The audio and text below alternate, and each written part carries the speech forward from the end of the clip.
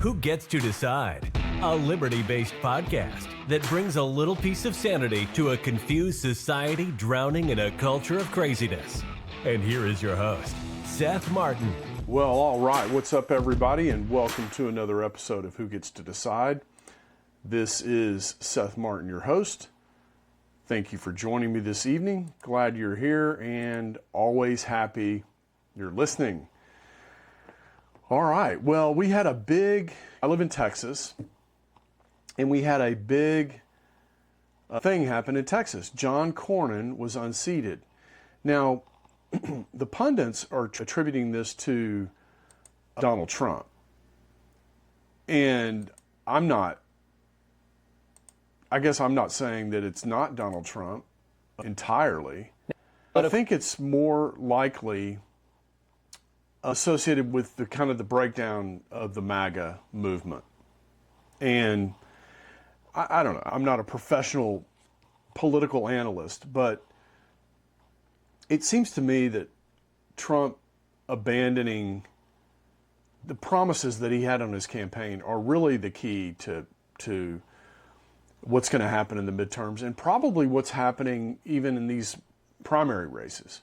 Thomas Massie lost, and that was probably the worst loss for me as someone who's kind of a political libertarian. But that was largely due to just the amount of money. The Israel lobby, Miriam Adelson, I think they put $35 million into that race to unseat Thomas Massie. And of course, he did vote against Donald Trump several times on several key legislative points. But he had good reason to. He would vote on the House bill, and it would leave the House, and it would go to the Senate, and the Senate would add some amendment that was just a no-go for Thomas Massie, and so it would come back to the House for a vote, and he would vote against it. He would try to make an amendment to take it out, and procedurally, things would happen to the point where he couldn't vote for it. And of course, those kinds of details, they don't come out on those ads, right? You're not going to hear that Thomas Massie took a principled vote against Donald Trump. And Donald Trump wanted his big, beautiful bill passed so badly that he didn't care that it hamstringed Congress for something. I don't know the details, but I do know that he didn't just vote against Donald Trump to vote against Donald Trump. He wasn't voting against Donald Trump at all. He was trying to vote for a bill that his colleagues mucked up with a bunch of details that were unacceptable to him, and he voted his conscience. That's really what happened. But politics being what it is, that kind of nuance does not get shared in a 30-second ad that they're going to run 500 times a day while you're sitting there watching whatever you watch on TV. This just overwhelmed his negatives, basically. His negatives overwhelmed his positives. But what's interesting about the Thomas Massie race, just incidentally before we get into John Cornyn, Ken Paxton, and James Talerico, what was interesting about the Thomas Massie case is the votes broke down around age, which is interesting. You don't really see that a lot, but basically people 45, 55 really, even and under, voted for Thomas Massie. And essentially the people that voted for Galrein, or whatever the guy's name was, were over 55, or what we call boomers. Libertarians would call them boomer cons. These are people that watch Fox News, and their worldview is really shaped heavily by what comes out of Fox News. And of course, on Fox News, you got Sean Hannity, you've got Laura Ingraham, you have all these hawks that are just constantly seeing the world through the lens of empire. And that's the message that gets communicated 24/7 on Fox News. This was obvious after the firing of Tucker Carlson, right? Tucker Carlson, there wasn't even any room. As tame as Tucker Carlson was on Fox News compared to where he is now, but there was just no room even for that tame version of Tucker Carlson. That's how narrow the battle lines are on political opinion. And so Tucker got fired. Now, personally, I think he got fired for additional reasons that had to do with Dominion and that deal. That there was like a backroom deal, I think, that took place there, because Dominion was clearly guilty of what Fox News was reporting on. But I think there was some quid pro quo going on there, and Tucker probably was part of the deal. That's my guess, and I have no evidence of that. But that's what I think probably happened. But the bigger point is Fox News is just a mouthpiece for the boomer cons, the Israel lobby. They're just in the tank. Mark Levin, these people are just in the tank for Israel, for Netanyahu, for really the massive slaughter of human life. They're over there cheerleading it on Fox News. It's so bad that 3 years ago, basically I quit watching Fox News after Tucker left, because he was really the only show on there that I watched. I've talked about on this program before that I really liked Mark Levin. I really liked his books, especially Men in Black. Great book. But man, what's happening now, Israel really wasn't being challenged by the American public before. And so, if you went and asked people on the street, hey, how do you feel about Israel? Oh, well, they're a partner in the Middle East. They're the only democracy in the Middle East. Of course, they're not even a democracy, right? But, I mean, how can you have, I don't know, there's like 5 or 6 million people. No, there's like 3 or 4 million people that live there, Palestinians. They don't have a right to vote. They live in that geographical area. So that is not a democracy. Okay, that's more like an apartheid state where these people decide, this certain group decides politically what happens for everybody, and this group, this Palestinian group or whatever, they don't get to decide anything. They just got to take it. And so that's more akin to like what was going on in South Africa. That's not a democracy. So for these guys to come on TV and go, it's the only democracy in the Middle East, I mean, this is just propaganda. Okay, it's just more propaganda to try to control their narrative and get the outcome that they're looking for. And unfortunately, the older generation in America, and I know I've got gray hair. I mean, you could consider me the older generation in America, but I'm not in this group. And this group is just believes everything that they hear on Fox News. They think that is the reality. That's the real reality of the world. And of course, it's not. And we're going to kind of touch on that today with this conversation around James Talerico, because I think this guy does have a very good chance of turning at least one Senate seat in Texas blue, which is very dangerous. And I'm going to talk about why it's dangerous in a minute. Of course, I think the Republicans are dangerous. I think both parties are dangerous. But I think the Democrats are uniquely more dangerous, and I'm gonna talk about that in a minute. But we did have this huge kind of earthquake happen in Texas where John Cornyn was unseated in a primary race. Now, personally, I'm okay with this. I don't like John Cornyn. I think he basically turned into a Democrat. He fought the MAGA crowd. Let's call it America First. I mean, I'm all for America First, right?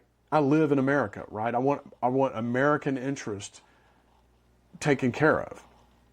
And so this is why I personally voted for Donald Trump. I looked at, okay, he's upset about what's going on the border under Biden. I'm upset about what's going on the border under Biden. He's upset about the Epstein files. He's promising to release them.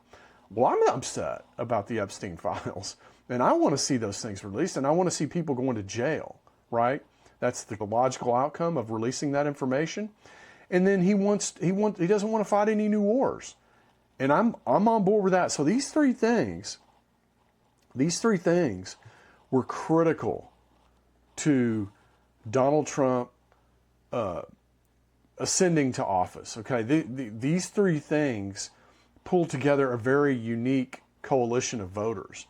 Some Democrats, a lot of independents, and nearly all Republicans. I mean, what's odd about what's going on right now is the people that were never Trumpers, okay, are all the people that are aligned with Trump now.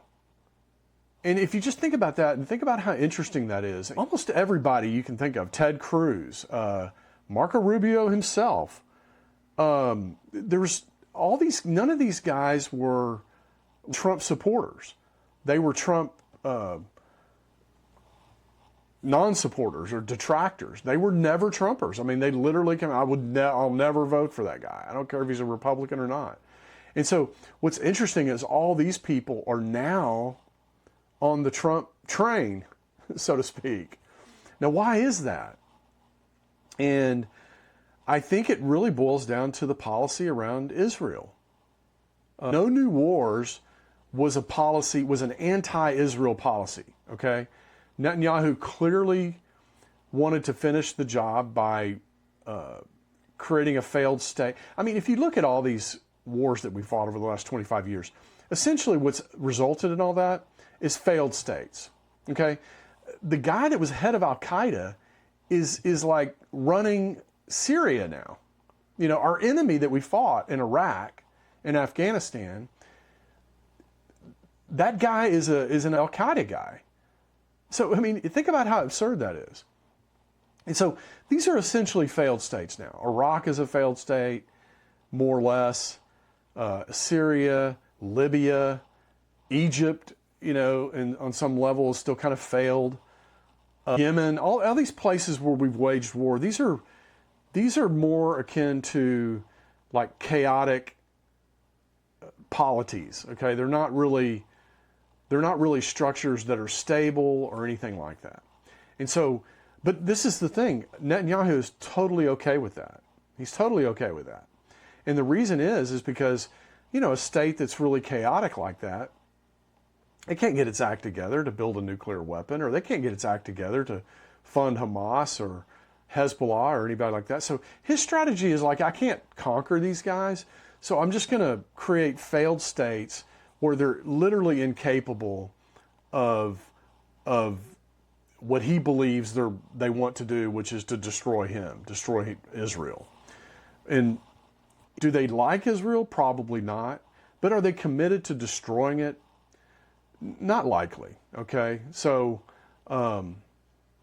anyway, the bottom line is Trump's flip-flop really has a lot to do with Israel, and I think you see that.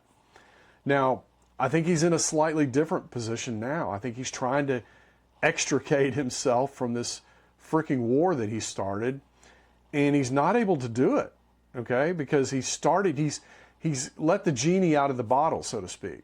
You know, once you start something, wars have a way of kind of taking on a life of their own. Once you start a war, you have no guarantees that it's going to go a particular way.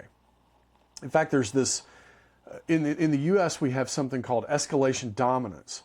And essentially, we don't start wars in the U.S. unless we have escalation dominance.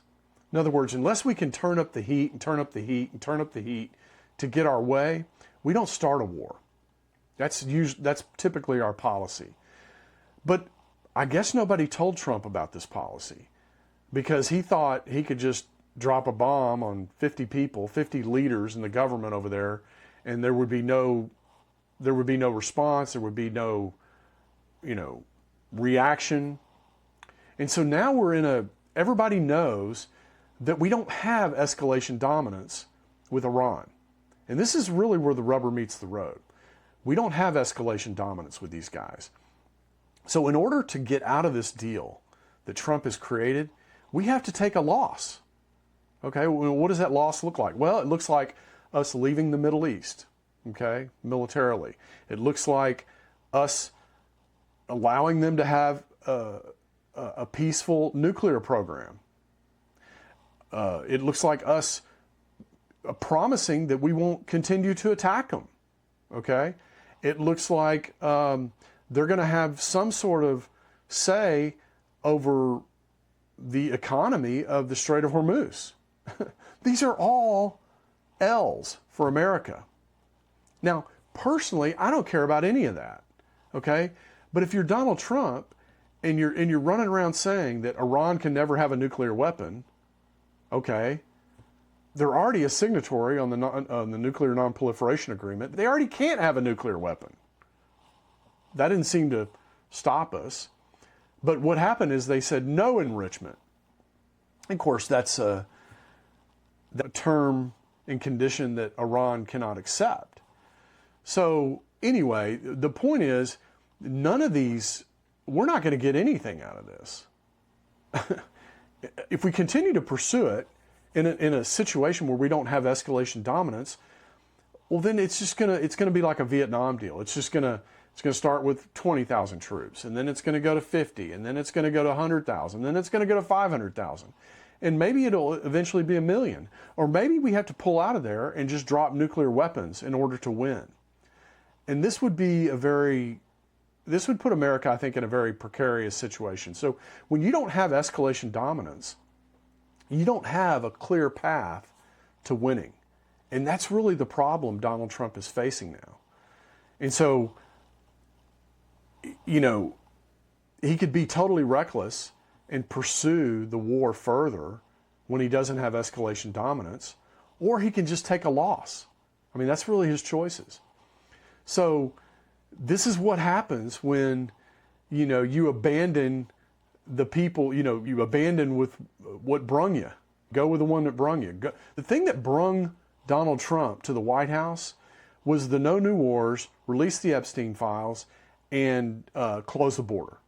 And he should have just stuck to that. And if he had stuck to that, he might go down as one of the greatest presidents that ever lived. But instead, he decided to listen to Netanyahu whisper in his ear and start another new war. One that we can't win. So anyway, that's my little monologue on this. Let's pivot now to John Cornyn and Ken Paxton. Now, what you're going to hear on the news is Ken Paxton, his own party impeached him, and he's maybe the largest crook that's ever been in politics in Texas, and maybe, I don't know.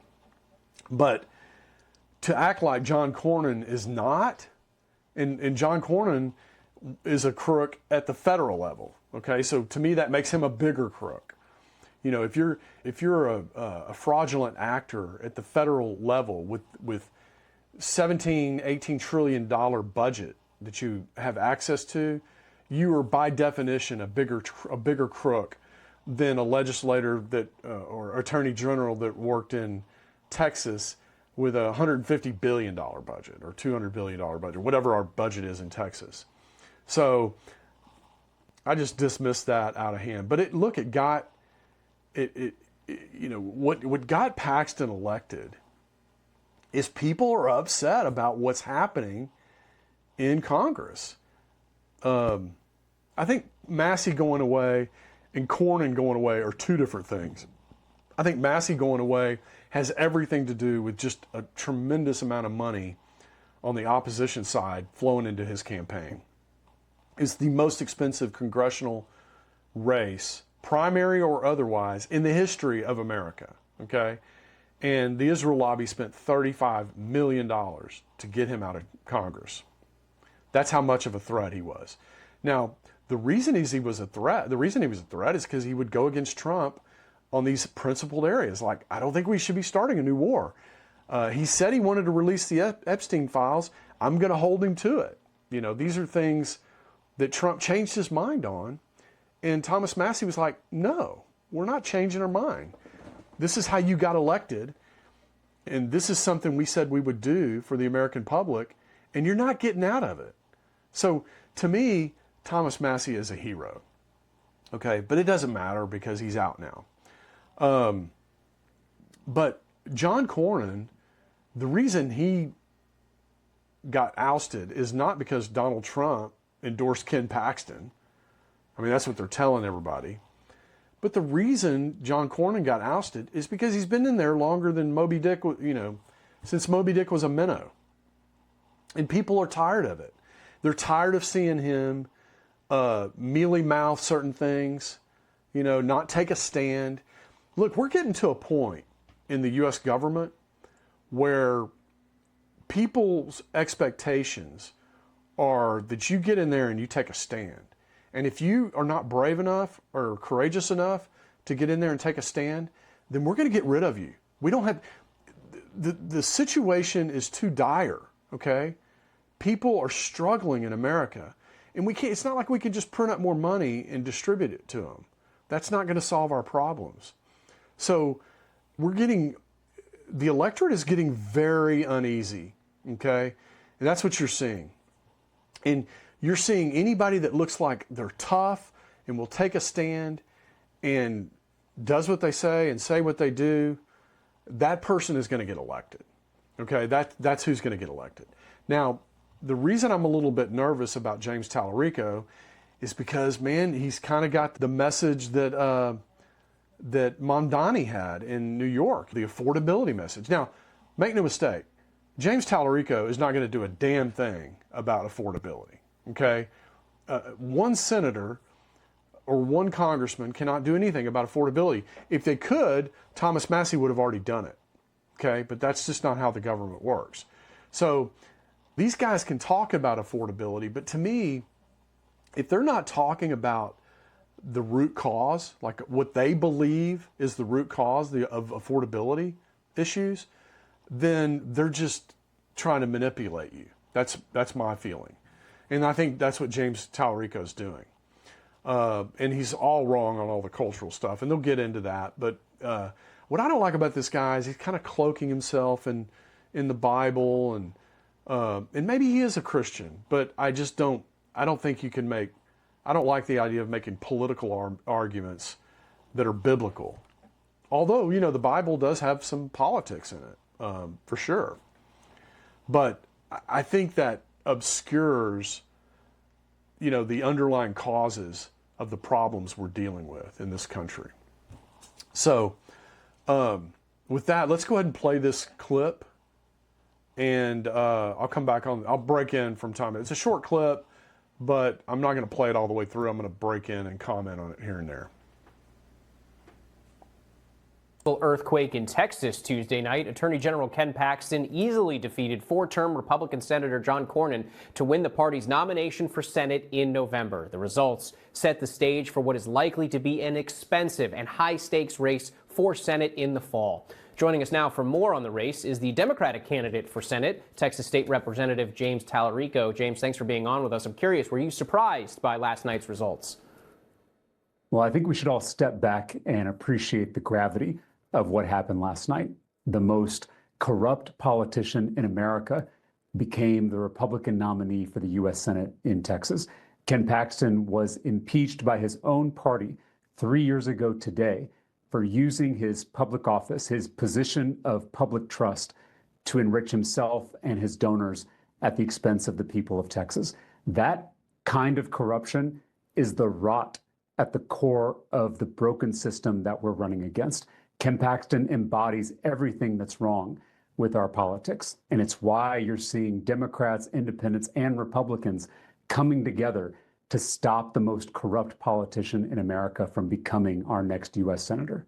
James, Democrats have claimed they could turn Texas blue in the past, but have fallen short. Why should voters believe that this race is any different? Okay, before we get into turning Texas blue, look, I don't know enough to know whether or not Ken Paxton is as dirty as James Talerico says.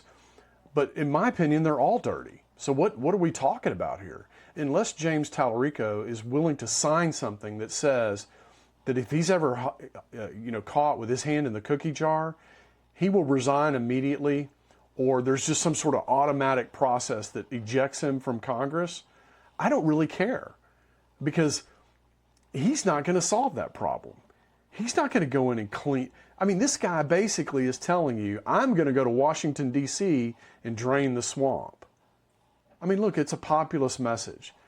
But you can't, to me, that can't be the reason you vote for somebody, because we've already shown that that doesn't work. The problems we have in our government are structural in nature, okay? A lot of these things that they do, they're just not illegal. and so that's a structural problem. That's like saying, that's like not having a law against murder, okay?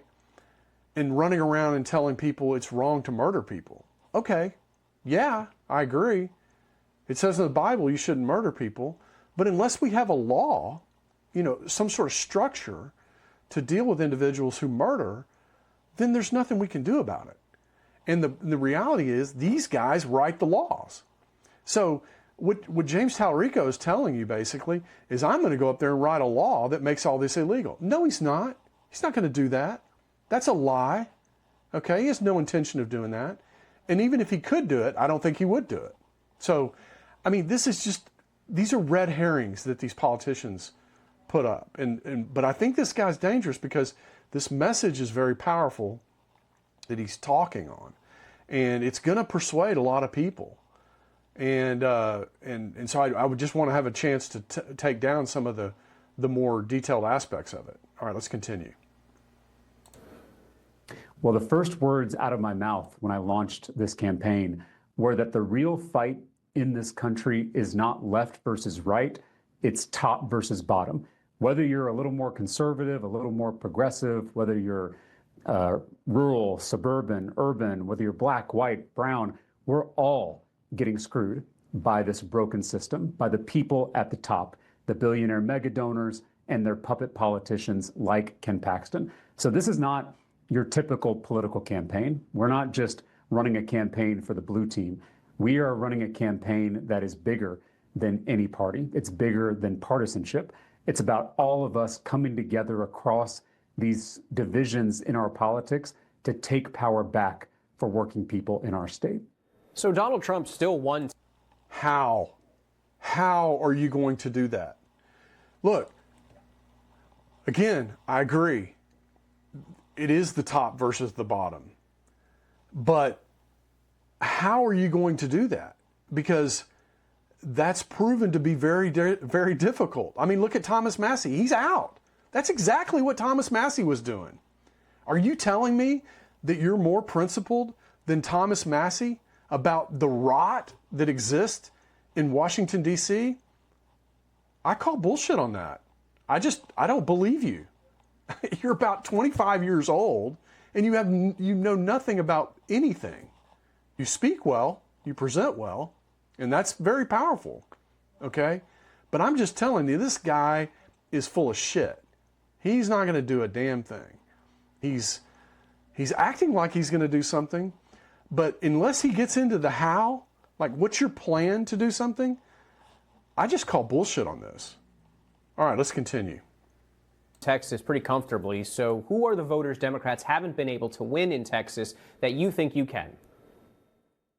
Well, a lot of the people in my family who voted for the president in 2024, the friends that I grew up with who voted for Donald Trump in 2024, they all voted for him because they thought he was going to lower costs. They thought he was going to drain the swamp. They thought he was going to end the forever wars, and they thought he was going to release the Epstein files. But a little over a year into this administration, and they've seen this administration do the exact opposite. They've seen these crazy tariffs jack up prices at the grocery store. They've seen the swamp get even bigger in Washington. They've seen new forever wars being started, including in Iran.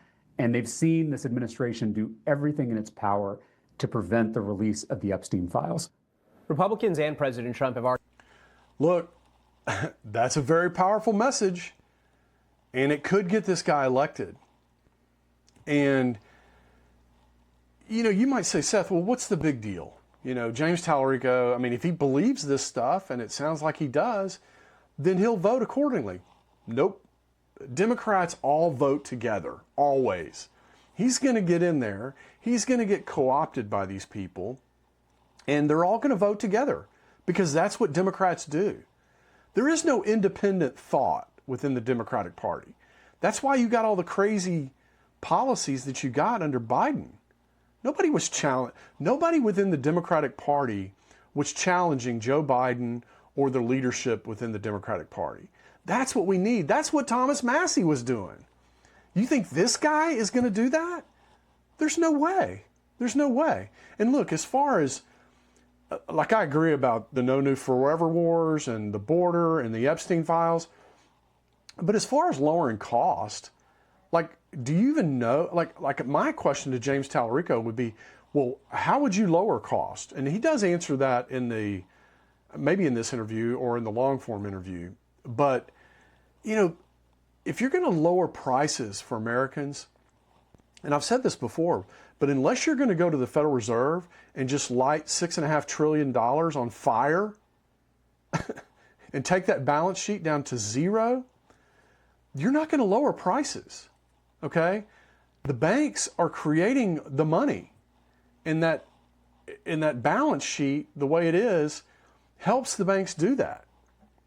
Interest, and if you want, look, the bottom line is for prices to get better, for prices, okay? I'm not talking about like if you want to go buy a house and borrow money. I'm saying prices. For prices to get better, the interest rates in America need to go way up to kill all this borrowing, because the borrowing itself creates money, and money creation raises prices. That's the mechanism. And the bottom line is we've been living in America with interest rates far below the market rate for too long. It's stolen from savers, and it's ingratiated and made wealthy people that have assets. And we're going to talk about wealth inequality in a minute, and I'll come back to that. But that's what creates the wealth inequality, is the ability for the rich to pyramid assets by borrowing money to acquire even more assets. And look, if you want that to stop, if you want to lower prices, you need to get rid of the Federal Reserve. We've got to go back to some sort of market interest rate. We've got to go back to honest money. The fact that the government can just create money and take real resources from the economy is driving up the prices of everything. And James Talerico is not going to do anything about that. What James Talerico is going to do if he wins is he's going to go to the Senate and he's going to do exactly what the Senate majority leader tells him, probably Chuck Schumer. Chuck Schumer says, James, let me tell you how it's going to go. You're going to vote this way on this bill, or your career in the Senate will be limited to 6 years. Okay? That's how it's going to go. And he's going to fall in line, because that's what they do. All right, let's continue. Argue that you are too liberal for Texas, out of step with voters there in your views on race, gender, and faith. For example, you said God is non-binary during floor debate in the State House in 2021 on school sports legislation. You now say that, and other statements may have missed the mark. So can you clarify? What did you mean by that? Yeah, Ken Paxton has a criminal record. I have a legislative record, and that's exactly what I'm running on. I've had 4 terms in the Texas House where I've been able to pass bipartisan legislation that actually delivers for working people in our state. And that's what I'm asking Texans to judge. Ken Paxton is clipping my past cringy comments to distract from his career of corruption. And that's the playbook that puppet politicians like Ken Paxton always use: distraction and division. They divide us by party, by race, by gender, by religion, by culture. So we don't recognize that they are picking our pockets, that they're closing our public schools all over Texas. They're jacking up. I gotta stop right there. They divide us by race and economic ability and gender. What? That's what the Republicans do? Look, this is just an example of him telling you what he's going to do. It's the old liars think you're lying to them, cheaters think you're cheating on them. You know, that's the situation here. Now, the other thing is this culture war. This could be a problem for him. But I think the affordability thing outweighs the culture war. And the reality is, when you're dealing with this stuff like gender reassignment or transition, transgenderism and things like that, it really doesn't matter what people believe. What matters is, can they put it into law? Can they codify it into law? Can they create a law or a rule that says men can play in women's sports? Okay, when I say men, I'm talking about males, okay? This is the little sleight of hand they do when they talk about transgenderism. There's sex, okay, and everybody agrees there's only 2 sexes, male and female. But there's this whole school of thought that there's like a spectrum of genders. So when you talk about men and women are a gender. Male and female are a sex. So this is why, like I say, you know, what you ought to do, instead of calling it the WNBA, they ought to call it the FNBA, female NBA. Or instead of calling it the, you know, women's sports, they ought to call it female sports. And that'll solve all these problems because, I mean, I know it sounds simple, but that's the deal. Everybody agrees there's two sexes, but not everybody agrees that there's only two genders. And that's the sleight of hand that we're dealing with in this culture war. But is James Talerico going to go get, you know, transgender policies passed at the federal level or anything like that? I doubt it. I doubt it. I think that ship has sailed. I think the public has moved on. And I could cause problems for him, but I just think the economic issues are so overwhelming that people are going to vote with the person they identify with that feels like understands their situation. Now, whether or not they're going to do anything about it, I think we already know the answer to that, which is no. But I think there's a sense of, hey, this guy understands what I'm dealing with, whereas maybe Ken Paxton is not going to empathize as well. I mean, James Talerico, say what you want about him, but he appears to be an empathetic person. He appears to be a kind person. And the problem is, that's great for getting elected, but the problem with Democrats when they go to govern, they're just totally okay with using force. I mean, that's the problem with the Democratic Party. They sound good, but at the end of the day, they're going to force you to do something, and they're going to point a gun at you to do it. And that's where I just have less trust for the Democratic Party. I think it's more of a machine. It's an ends versus means kind of organization. They don't look at the means. They look at the political end, and whatever means it takes to achieve the political end, they're just okay with it. Like if they have to come by and take 90% of your money in taxes, if they're trying to achieve some sort of political end, they'll just rationalize that that's okay. And of course, I don't think that's okay at all. Or if they want to do something with gun legislation, they don't care that there's a Second Amendment. They'll just do it anyway. And so the ends justifies the means, I think, is foundationally what the Democratic Party is about. And that's why I just think it's dangerous to have more Democrats. I mean, we need to. I think the Republicans are dangerous too, but they're more dangerous for people outside of the U.S., less dangerous for people in the U.S. And while I don't want, you know, Republicans to start wars with other countries and harm people outside the U.S., I'm more concerned with me and my family and my posterity. That's just common sense, I think. All right, let's continue here, and this should be the last part of it. Our healthcare premiums, they're cutting taxes for themselves while they raise taxes on all of us. It's divide and conquer, and I think Texans are waking up to this game. They're waking up to the fact that politicians like Ken Paxton have been playing us, pitting us against each other to pass. Divide and conquer is what the Democrats do. Liars think you're lying to them. Cheaters think you're cheating on them. Okay? That's James Talerico. That's the message here. Had their own pockets, and that's going to end in November of this year. So, James, just to be clear, do you no longer think God is non-binary? Well, that comment was meant to be deliberately provocative. I believe you can't use human categories to define God. As the Apostle Paul says in his letter to the Galatians, in Christ there is neither male nor female. And so Ken Paxton and the corporate media are going to use these past comments to try to distract from the corrupt system that Ken Paxton embodies. And our campaign is going to prosecute the case both against Ken Paxton and this corrupt system for the weeks and months ahead in this race. Texas State Representative James Talerico, thank you. I just don't think that we'll be served with a James Talerico in office. But by the same token, I don't feel like we'll be served with any Democrat in office. So, not that the Republicans are going to help out, but I think it's almost like a question of, can we hold the line until somebody better comes along? The thing about Paxton, and some of you don't know Paxton, Paxton is he's like Trump in a lot of ways.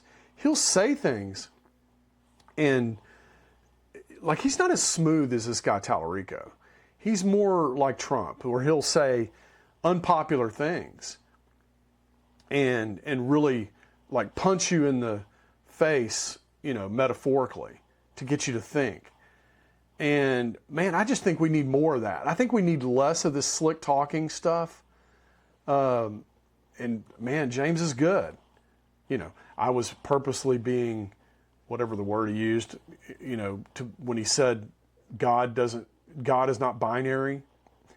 So the very thing that he said, he's like, I don't think we can use human concepts to define God. And he just used a human concept to define God. I mean, look, these people say anything. They don't believe anything. What they believe the only thing they believe in is power. How can I consolidate my power? How can I implement the means to achieve the ends that I'm trying to achieve? That's all they believe in. And all this other stuff is just to get elected. And that's just the way it is on the Democratic side of the aisle. And now I'm no fan of the Republican side of the aisle either. But I just am that much of a non-fan of the Democratic side of the aisle. So for that reason, I don't think Texans should elect James Talerico. I think that's going to be a very dangerous path, not just for Texas, but for America. Anyway, look, deep down, I don't believe there's a political solution to the problems we have in America. But what are you going to do? You can't we can't pick up arms and go take over America. We can't really leave. Texas could probably leave because we were a republic. And so we don't have the same kind of state history or territory history. A lot of these places in America, before they became states, they were territories of the United States. And so, Texas doesn't have that history. Texas was its own republic. It was its own country before. And so Texas could probably leave the Union if it wanted to. And there wouldn't be any backlash over it. But I don't want to see the Union dissolved. I mean, if it's the only way to get freedom and liberty, then yeah, I'm happy to dissolve it. But if structurally, if we could call a state convention, or a constitutional convention, and structurally put some things into the U.S. Constitution that puts an end to all this stuff, like my amendment. Let's put it up here real quick. I've talked about this amendment before. Let's just read it real quick because I've only been talking 45 minutes, so I can scooch up here a little bit and read some of this. For those of you that haven't seen it or heard me talk about it, it's called the Integrity of Representation and Sovereignty Act, and this is something that I thought maybe the Convention of the States should adopt. Convention of the States is an organization that is adopting things like this in case we can get our stuff together and call a constitutional convention. They'll have some things that we can talk about and vote on without having to get into brainstorming sessions with a huge group of people.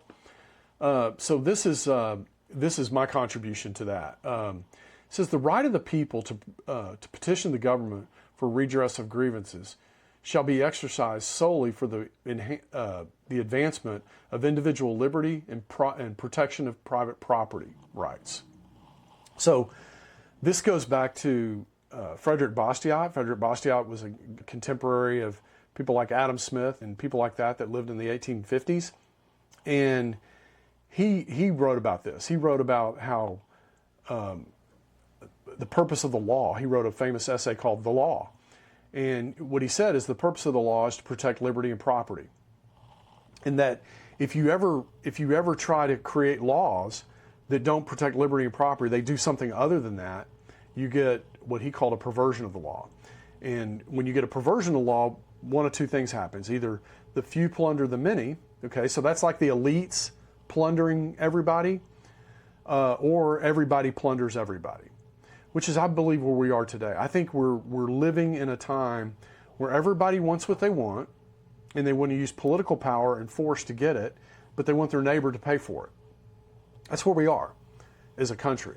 And structurally, I think we're going to have a constitutional convention or something to get something like this into the Constitution where, if you're GE, you can't lobby the government to advantage you in the free market.